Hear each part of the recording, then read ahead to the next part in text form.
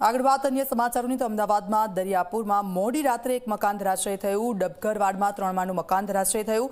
મંસૂરી મોહલ્લામાં કાટમાળ નીચે દટાતા વૃદ્ધાનું મોત થયું છે। કાટમાળ નીચે દટાતા અન્ય એક યુવાન ઇજાગ્રસ્ત થયો છે।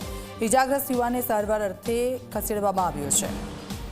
દરિયાપુરમાં મોડી રાત્રે મકાન ધરાશયી થવાની ઘટના સામે આવી હતી અને મંસૂરી મોહલ્લામાં કાટમાળ નીચે દટાતા એક વૃદ્ધાનું મોત થયું છે। खूब जूनू घर हतुं, आ जर्जरित हालतमां हतुं અને आखरे धराशयी थयुं कारण के जे वरसाद वरस्यो ने तेनी सामे आ टकी न शक्युं कारण के वर्षो जूना घरो अहींया आवेला छे અને એક યુવક ઇજાગ્રસ્ત થયો છે તેને હોસ્પિટલ ખાતે લઈ જવામાં આવ્યો છે। ડબઘરવાડના આ દ્રશ્યો 3 માળનું મકાન ધરાશયી થયું અને કાટમાળ નીચેથી એક વૃદ્ધા છે તેમનું મોત થયું છે દટાતા। એક યુવાન છે જેને હોસ્પિટલ લઈ જવામાં આવ્યો છે।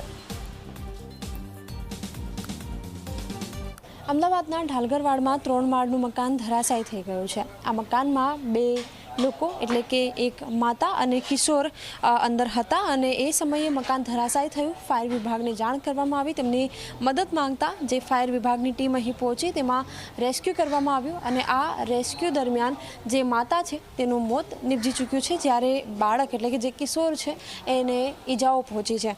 અત્યારે ફાયર વિભાગની ટીમની એક ગાડી પણ આગળ ઉપસ્થિત છે અને અહીં અમદાવાદ મહાનગરપાલિકાનો જે એસ્ટેટ વિભાગ છે તેમણે ભયજનક મકાન હોવાની નોટિસ પણ અહીં લગાડી છે। લોકોની અવરજવર અહીંથી બંધ કરવામાં આવી છે।